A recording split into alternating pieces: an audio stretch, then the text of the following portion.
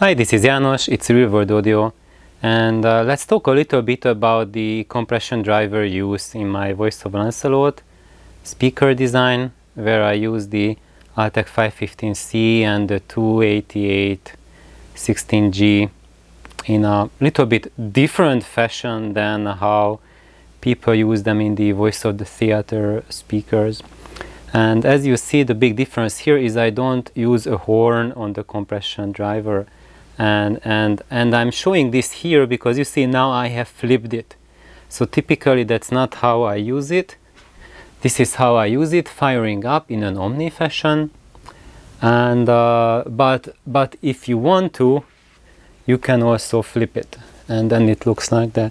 And it's really easy. It's just literally flip it, and then it has like a really different sound character. This versus that. So this way it really sounds like a more like a typical high-end speaker that you see in showrooms, and it gives you that kind of like a sound that you would say high-end, and you sit in front of the speakers, you are immediately like, wow, this blows the Wilsons out of their, you know, lake or wherever they are. And so this gives you like a sound that is very showy, and at first moment it's like you start like going, this is like nuts, this is what high-end is about, and it's really catchy, and with this configuration it really paints like a razor sharp image, like a really pinpoint focus image, if you could call that. But in this mode, this is when it paints the singer on in front of you. And my friends who listened to it this way, they said like, I could if I reached out, I could have touched the singer in front of me. It's like that, like it paints the singer in your house. So right where Kintaro is, he has commandeered a towel for himself for napping. For napping purposes, we need a towel. That's correct.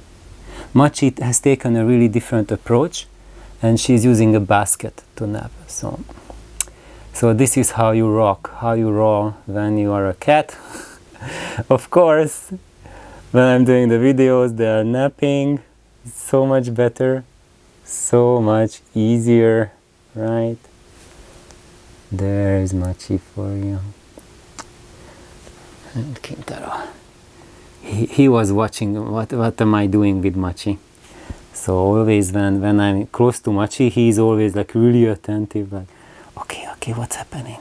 What's happening now? Okay, so now let's go back here to the speakers. And when they are in this configuration, it doesn't sound anything like a typical audiophile speaker, but it sounds much more natural. So when when you hear a singer, then it sounds more like the person's actual voice without the fake imagery that audio gear does.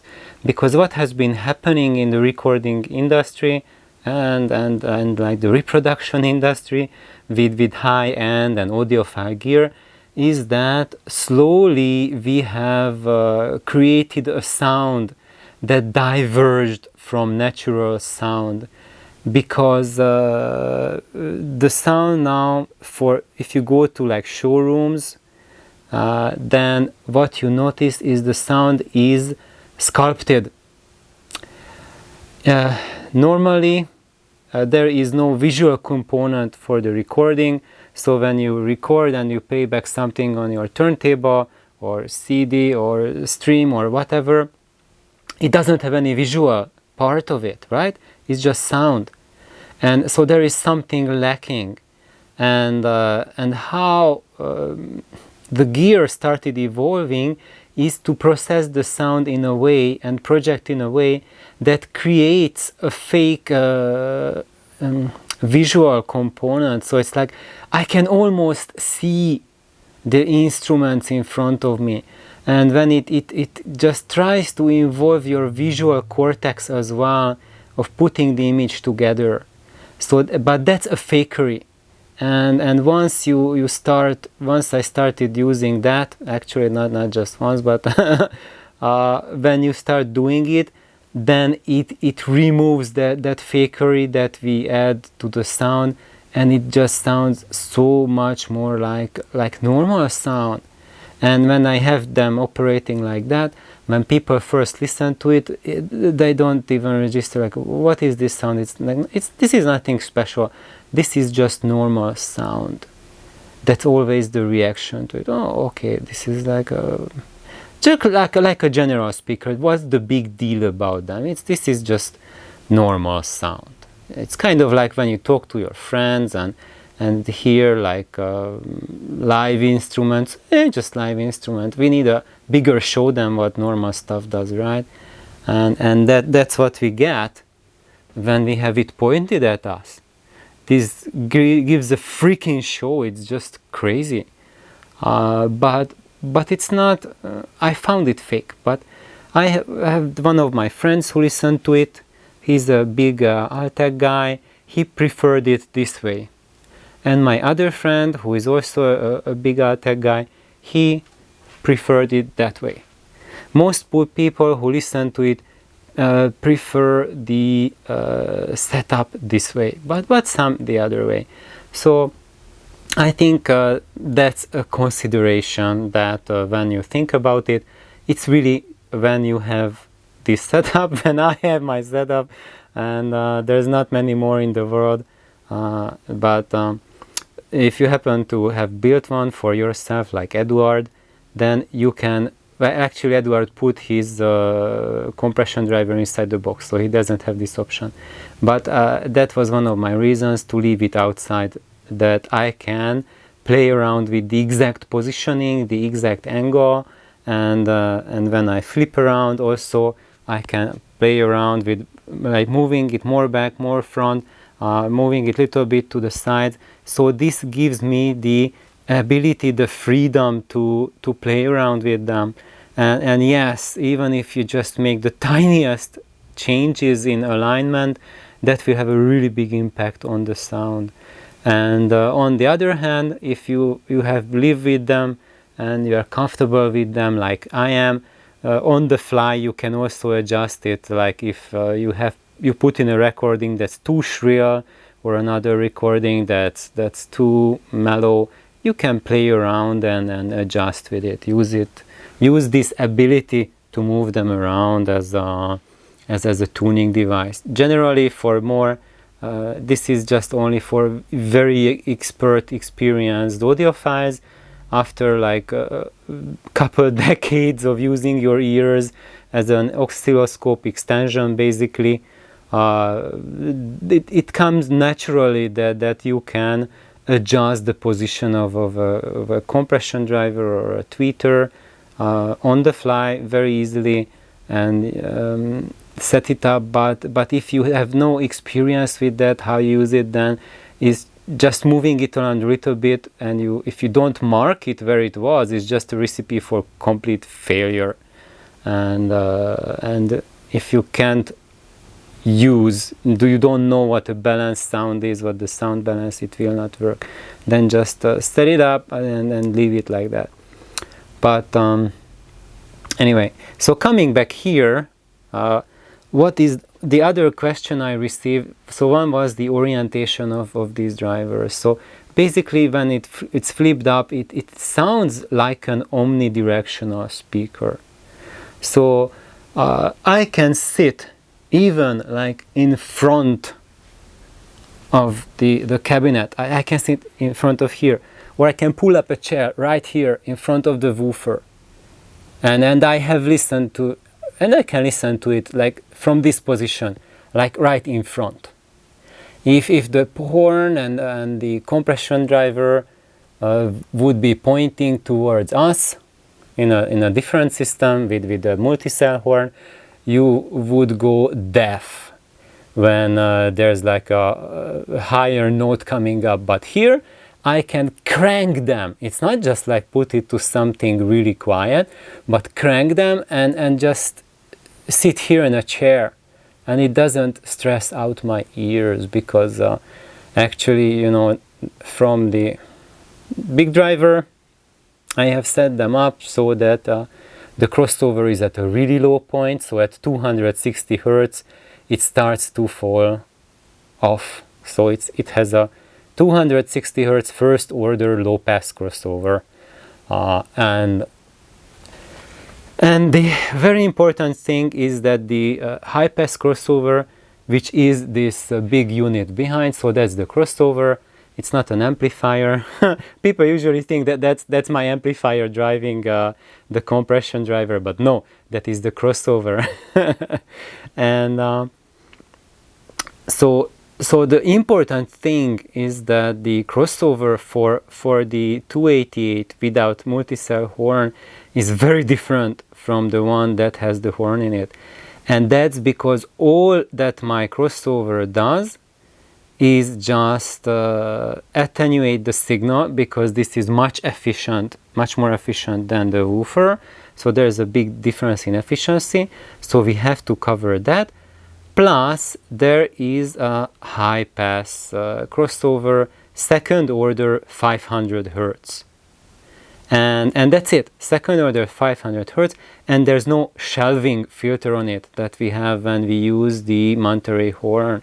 So when we have the Monterey horn, then we have like a huge bump in efficiency between 1 and 3 kilohertz that has to be removed to make the signal linear.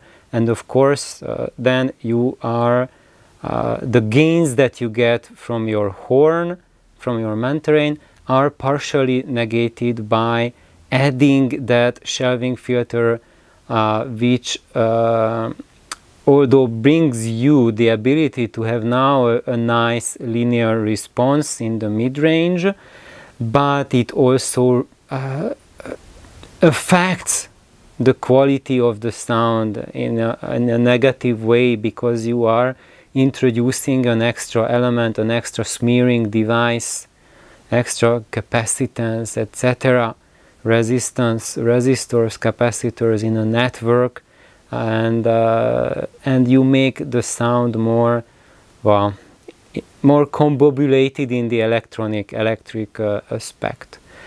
And there's one more thing, that when you add a horn onto the compression driver, it also limits the high frequency output. So if I would put like a big multicellular horn, then the usability of this compression driver would end around 14 kilohertz or so.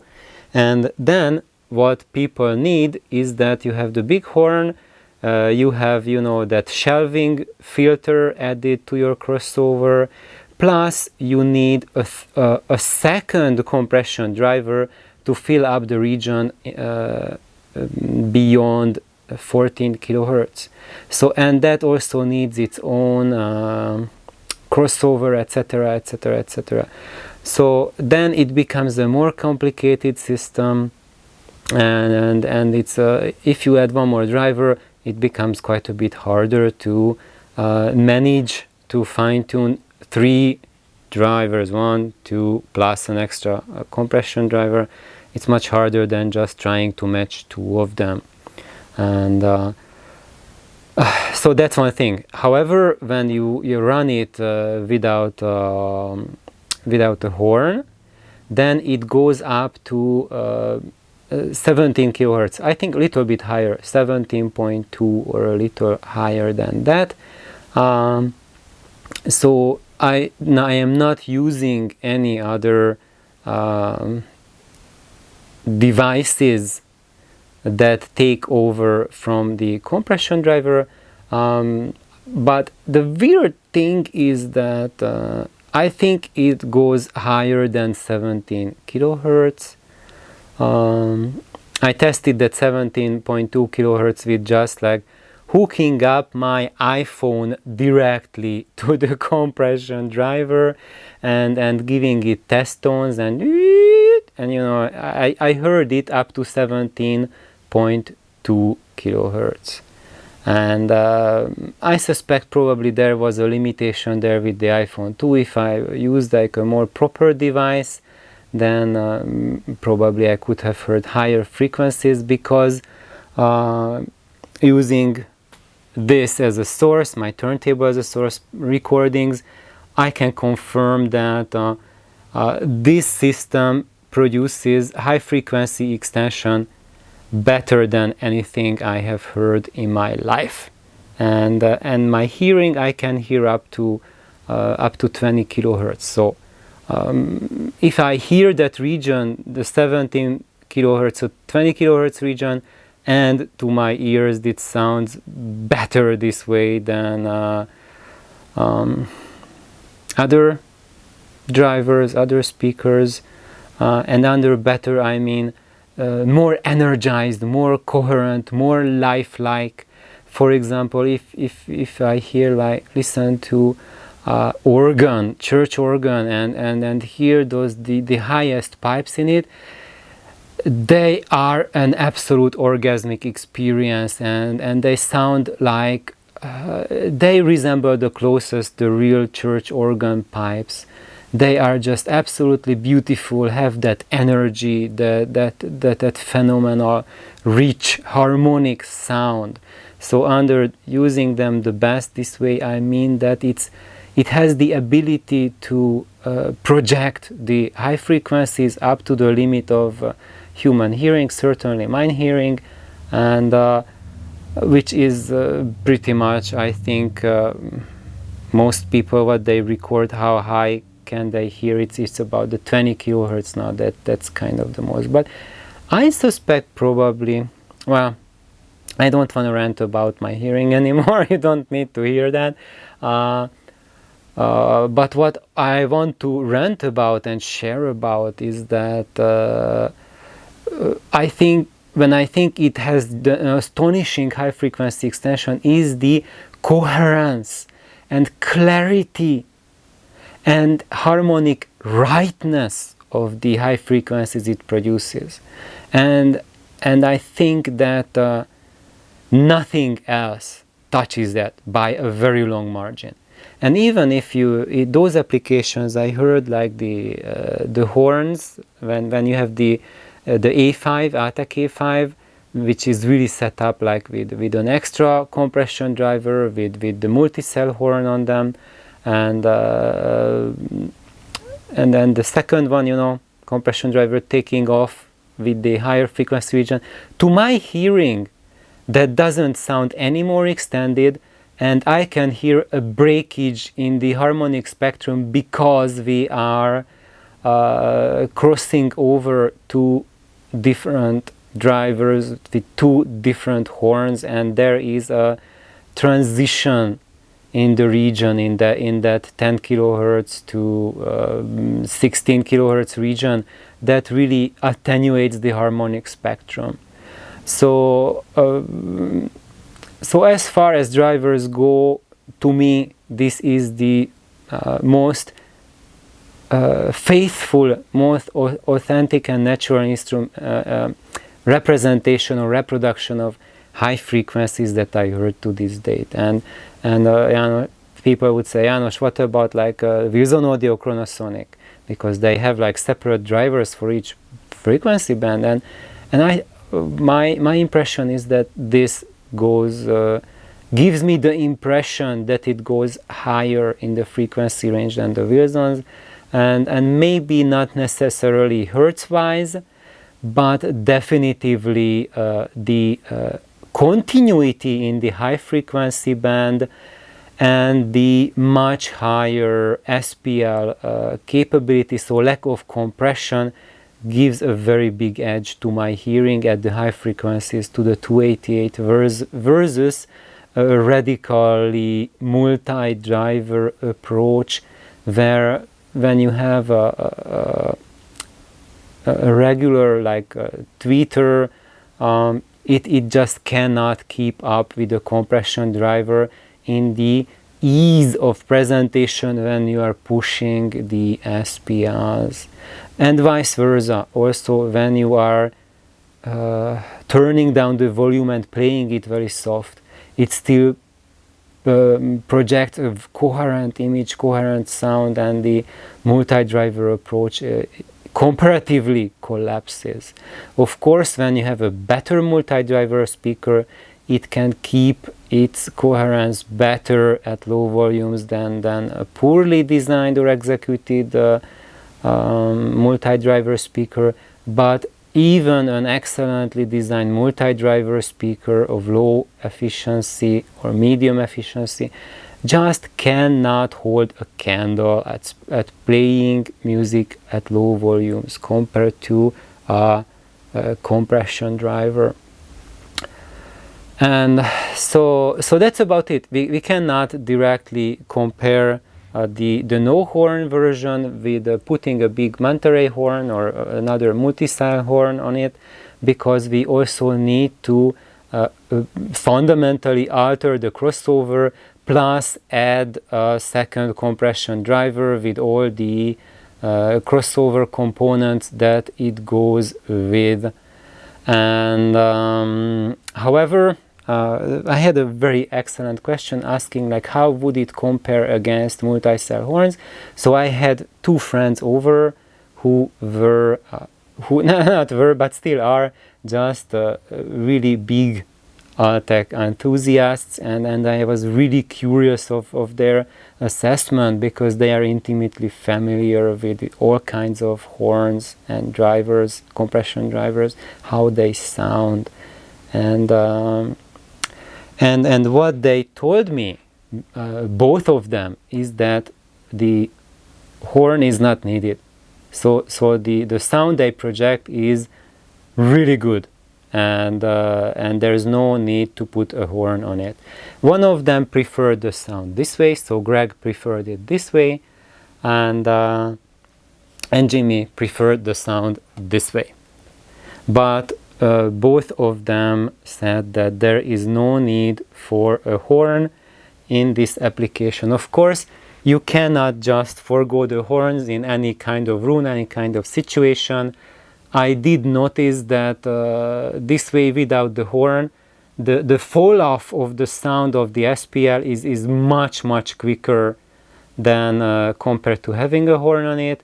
And for example, if I go out now, there's the screen there, the curtains, but if I go out, there's my garden on the outside, then even if the music is tremendously loud in here and I leave the door open, I can just hear a relatively quiet music playing. And when you have the horns on, they blast to forever, and you have that impression that it's like super loud even very far away from the speaker. So I think probably that was why this application, I never knew about it. I have not had a single report using the 288 without a horn. I heard about my friend Rishi in Australia. He was the one who gave me the idea, because he tried his second compression driver that's filling up the high frequencies without a horn, and he much preferred that approach without a horn. And then what I did is, when I was building these speakers, actually originally I wanted to make a horn myself, and I had my plans for it, and I started building it, just making it, carving it out of wood, doing it myself the hard way. And I thought, okay, that will take a really long while. Until then, why not just try it out this way, and then just, put it out just for fun. I didn't expect anything from it, and I was just totally blown away with it, because it works. And then this was the next progression to it, putting it in the center, firing up, and this way actually the top of the cabinet acts as a baffle and acts as a reinforcement, like down to 300 hertz, and I think this way the that part of the sound, like where it extends, like the 500 down to the 500 hertz, I'm crossing it at 500 second order, so basically down to about 300 it has some work to do, and this is like a fantastic support for it, and gives a totally smooth, fantastic continuity with the woofer. So that's part of the crossover. This way it has a more aggressive sound, and other than that, it still perfectly meets and mates with the woofer as it is, but it gives a much more edgy, much more aggressive sound, and that's the kind of sound that we have in showrooms. So if people want that kind of sound, they can have it from the voiceover answer. Just flip it like this, but you can play around with it, and actually some will like it like that, because usually that's our dream. We want the quote-unquote audiophile sound coming from our speakers, and you can have that. And if you don't want that, just try natural sound, and then we have this. Also, even you can have fun, because when you have those audiophile recordings, when you want like a razor image, to have the singer appear where Kintaro is sleeping, or maybe where Machi is sleeping, appear in front of you, and so you can just like if you close your eye, then there's no indication whatsoever that she is not here in the room. Then keep it facing towards you. If you want to keep it more, so why am I keeping it that way? Do I not like high fidelity sound? Actually, this way it doesn't give you that fake imagery, doesn't generate fake imagery, but it gives like the tonality of the sound and the character, and how human sound is created is much more natural. Because I had the fortune that some of my friends were making a movie, and I was part of making the movie. And when they had the rough cut of the movie ready, where they had all the scenes, there were no CGI added yet, and the sound was already added and cut, but there was no compression applied on the sound at all yet. So all the soundtrack, all the interaction, the discussions, all the dialogue was unedited, so there was no compression. It was adjusted for level, but was not any filters or alterations yet. And then we watched it here, watched the movie. You see that's my screen there, so it can pull down, and then using the projector, we projected and we watched. We did with the director and the main actor. We did a screening for the movie, and I had the main actor of the movie also sit on the couch, and it was the freakiest, scariest, spookiest experience to hear him talking in the sofa and also being present on the screen. So one really huge thing, and I think that people need to know, is that when you have them facing up, then their imaging where they project the sound is radically different compared to facing you. So when you have them pointing up, and when I have the screen there, and I have people talking, it projects their sound as if the people are physically talking there, where you see their faces appear. And watching movies is just a total trip that way, because when there's like dialogue, people doing stuff, it is on the screen. And when you have like street sounds in the movie, that sounds like it's coming from outside. And when there's like a door slam in the movie, then it sounds as if they slammed the door over there. And it's not like coming like when you have speakers, like you hear a slam there, and if you're lucky, then the slam is there and not there, right? And then people say, oh, this image is really wide because I can hear sounds coming from there. And if there's a movie, you have a sound like maybe there's like a car honking like on the street, then it really feels like outside, like 30 feet out or more. That's where the car honking is.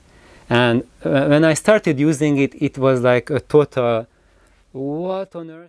Okay, so I reached the recording limit on my camera, so now I had to start again. And so basically it images like the universe is the limit to where the image of the sound is. And when I am in my spot, so I watch the movies here, I listen from the sofa here, I hear sounds coming from behind me. And I hear sounds like coming from here in the space, like up here. And it's just crazy. So it images everywhere when you are keeping them that way. Is just the whole universe becomes the room. And of course you can hear sounds like from my neighbor, like from the other side, well, from there. And yeah, so that is something that they are truly capable of, just blowing up the universe of what we think as limitations on sound reproduction when it's kept this way. And so actually, yeah, the sound stage, your whole room becomes a sound stage. And when I'm watching movies, then it really, and I turn off the lights, it really feels that I am in a true movie theater. And this room is not just this room, what it is now, but it feels like as if I had like 10 times the air volume in the room. So it expands the room in the air, and it's like the walls are disappearing, and it's just phenomenal. So it becomes like a real big movie theater. And that's what my movie director friend said when we watched it. He was just astonished. And he said, like, János, this doesn't sound like any home theater I ever heard in my life. This is the theater. So I think that can be the punchline for this movie. Is that oh, one more thing. So when I'm saying that I prefer the sound of vocals this way, is that when I had the actor sitting here and talking, he had an extremely charismatic voice, like a really resonant voice, and he projects an image, an aura around him. It's totally freaky, and there's no processing in it because it happens in real life, right? So he has like that voice that is just extremely rich, and it's just phenomenal. And adds a quality to it that is kind of like beyond human voice. And the freaky thing about it is that the speakers, these, reproduced that quality. It came through also from the movie sound.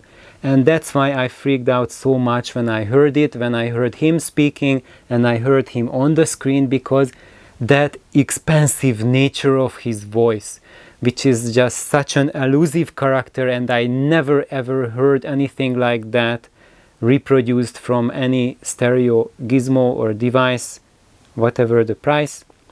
And this way it was just fabulously rendered, and I thought, wow, there's two Quantes in the room. It was just totally just amazing.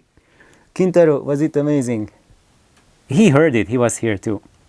He wasn't that much amazed at that time because there were too many people in the room. So he is usually really freaked out when there's too many people. But towards the end of the movie, actually he became like really friendly, and he went up to Lin and Quante, and although it was like really, yeah, you did so, right? You did. He's now stretching. So he really pulled his courage together by the end of the screening, and then he came for petting, because he is always in need for a belly rub. Let's see, can I do it? I think he, look at that, belly rub, always a belly rub. Okay. So I think that's about it. So it's really truly an unusual experience to try out these compression drivers without a horn, and in a setting, in a room, I mean like in a home, in a smallish room. This is actually like kind of like a smallish largish room. It's like about 5 meters, and the length of the room is much longer. So this is like 13 meters, which is whatever, like 40 feet by 15, 16 feet or something like that. So in that size area or volume, it can easily fill up the space with sound. But if you have something bigger, especially like a hall where you typically put the voice of theaters, then it wouldn't cut it. So then with distance, the high frequency output of the compression driver would just disappear. So there we cannot pull this trick. And I think that's why there is no mention whatsoever of using the compression drivers without the horns, because for their typical applications it does not work at all. So thank you for tuning in, and now it will be my task to cut and paste these two videos together to form a single upload. I thought it's going to be like a 5-minute video, but there we go. Thank you for tuning in. Have an awesome day, and bye bye.